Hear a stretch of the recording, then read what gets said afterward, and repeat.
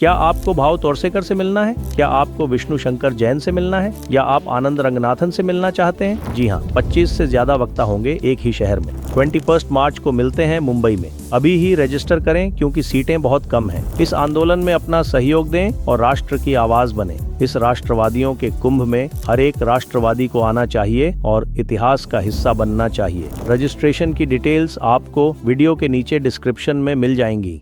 नमस्ते, आप सभी से अनुरोध है कि कृपया हमारी चैनल को सब्सक्राइब करें, वीडियो को लाइक भी अवश्य कर लें।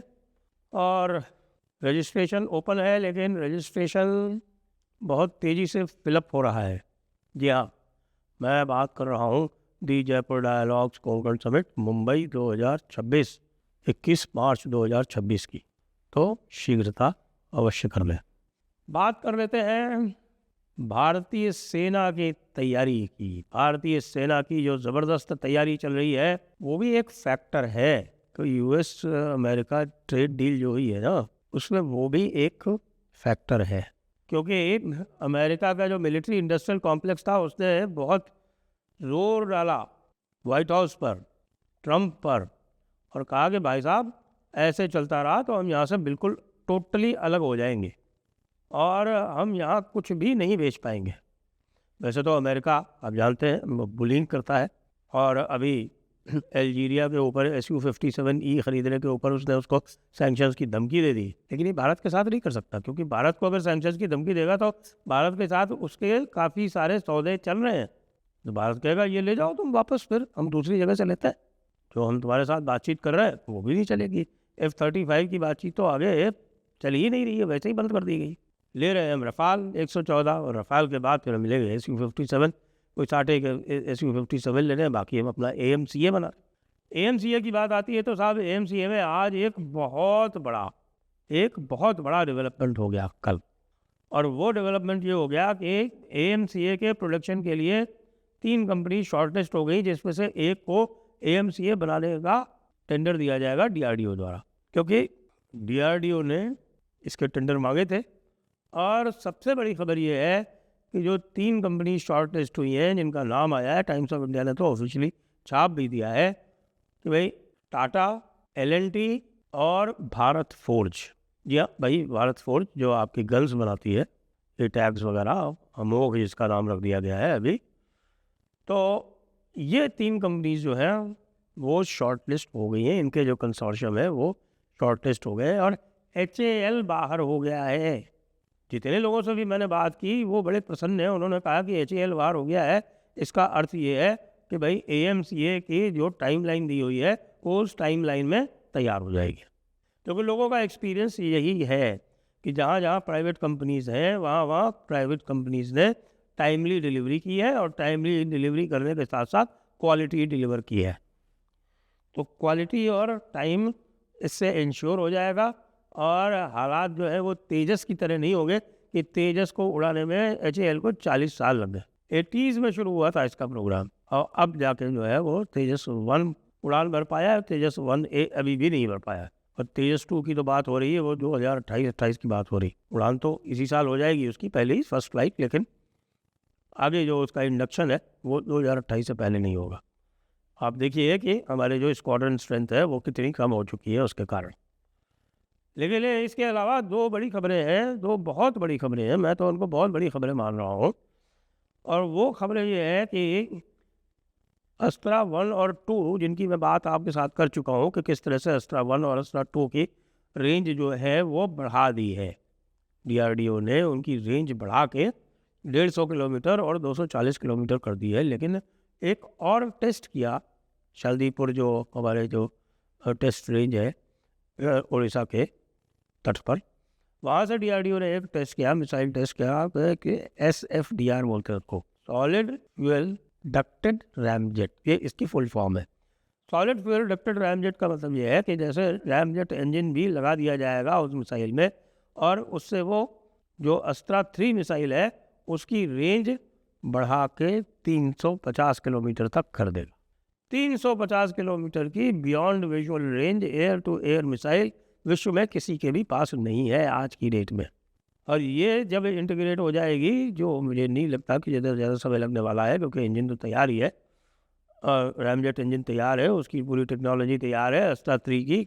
बस आपको इसको असेंबल करना 6-8 महीने में, मैक्सिमम साल भर में ये तैयार। और इसके तैयार होने के बाद में आप ये समझें कि पाकिस्तान के जितने भी जेट हैं वो हो गए बेकार, क्योंकि उनके पास आने वाली है PL-15, या आप कह रहे हैं कि अब हम PL-16 लाएंगे, क्योंकि PL-15 कॉम्प्रोमाइज़ हो गई। भारत ने PL-15 की पूरी रिवर्स इंजीनियरिंग कर ली है और PL-15 को वो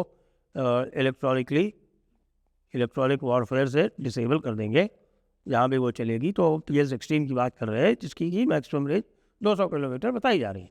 तो कहाँ 200 किलोमीटर और कहाँ 340 किलोमीटर। इसका मतलब ये हुआ कि सारे के सारे पाकिस्तानी JF-17 हो चाहे JF-10 हो, ये सारे के सारे हो गए आउट रेंज।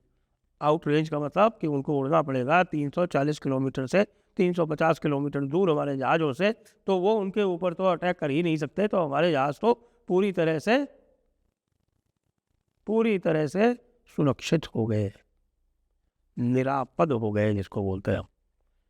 किसी प्रकार की आपदा उनको नहीं रह गई।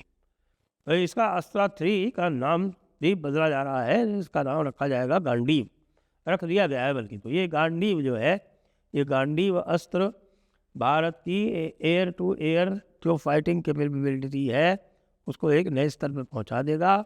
और साथ में आपको पता है कॉम्प्लीमेंट कर रही है हमारी एयर डिफेंस। S-400 है, S-500 भी हमें 2030 तक मिल जाएगी। और उसके साथ में हमारा प्रोजेक्ट कुशा है। एक भारत ने बहुत अच्छा काम ये किया है कि जितने भी सोवियत सिस्टम्स है, या सॉरी जो रशियन सिस्टम्स है, वो सारे रशियन सिस्टम्स का बैकअप तैयार करके रखा हुआ है। अब वो बैकअप, यदि रशियन सिस्टम्स में कहीं कोई समस्या आती है तो वो बैकअप हमारे पास तैयार है। वैसे भी US जो है वो रशिया से बहुत जल्दी समझौता करने वाला है और उसके बाद फिर वो समस्या भी नहीं रह जाएगी। क्या इस ट्रेड डील के बाद भारत US के रिलेशंस नॉर्मलाइज होने के बाद वापस F-35 कंसल्ट्रेशन में आएगा? जी नहीं, F-35 के कंसल्ट्रेशन में आने की संभावना अब बहुत कम है, क्योंकि भारत ने भी उसका तरीका निकाल लिया है। भारत ने कहा कि भैया हमें सिंगल इंजन नहीं चाहिए, हमें डबल इंजन चाहिए। तुम F-22 अपना रैप्टर दे सकते हो तो हम ले लेंगे, तुम उसको 500 मिलियन में भी दोगे तो हम ले लेंगे, तुम रैप्टर दे दो हमको, F-22 Raptor. F-22 Raptor America किसी को नहीं देता, अमेरिका नेटो को भी नहीं देता। अपने नज़दीक से नज़दीक जो उसके मित्र हैं, तो खैर उसने किसी को मित्र रखा ही नहीं, लेकिन वो F-22 रैप्टर किसी को नहीं देता। तो भारत के पास ये तरीका है कि भारत कहे कि हमें F-35 नहीं, हमें F-22 रैप्टर चाहिए, हमें तो AMCA क्लास वाला ही चाहिए, हम सिंगल इंजन पे अब नहीं जाएंगे। तो F-22 रैप्टर में बातचीत चालू करो, चलाओ 2-4 साल, लेना तो हमको वैसे भी नहीं। एक और बड़ा डेवलपमेंट आया है, वो ये है कि हमारी जो long range air to ship missile है वो टेस्ट ओके हो गई है। टेस्टिंग के बाद में ओके कर दी गई है और अब उसका लैंड टू शिप वेरिएंट जो है उसकी चर्चा चल रही है। बताया जा रहा है कि ये ब्रह्मोस से भी तेज है और ब्रह्मोस से भी ज़्यादा इसकी रेंज है। एग्जैक्ट स्पेसिफिकेशंस बताए नहीं जा रहे हैं, लेकिन जो मेरे सोर्सेज बता रहे हैं वो बता रहे हैं कि 1500 किलोमीटर की रेंज वाली ये एयर टू शिप मिसाइल है। LRASHM बोल रहे हैं इसको, और 1500 किलोमीटर इसकी रेंज है और मैक 5 to 6 जो है वो इसकी परफॉर्मेंस है स्पीड वाइज। तो मैक 5-6 की एयर टू शिप मिसाइल वैसे तो पाकिस्तान के ख़िलाफ़ तो हमें चाहिए नहीं। पाकिस्तान के जो शिप्स हैं वो तो वैसे भी वो छुपा के रखते हैं, वो उतारते नहीं समुद्र में जब भी लड़ाई वड़ाई की बात होती है। लेकिन ये खतरे की घंटी है चाइना के लिए।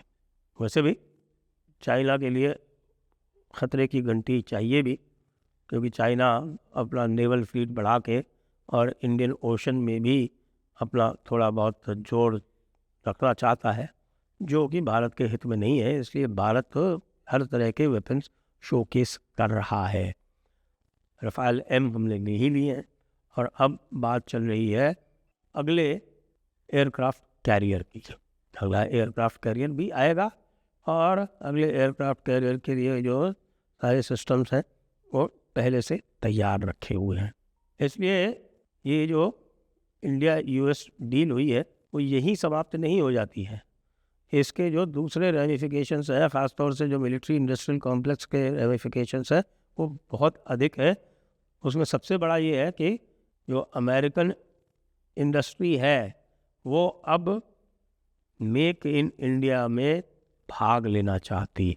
उसको पता है कि लॉन्ग टर्म इंटरेस्ट उसका इसी में है, क्योंकि सबसे ज़्यादा ऑर्डर्स यदि आने हैं फ्यूचर में भारत से ही नहीं। जय हिंद, जय भारत, वंदे मातरम।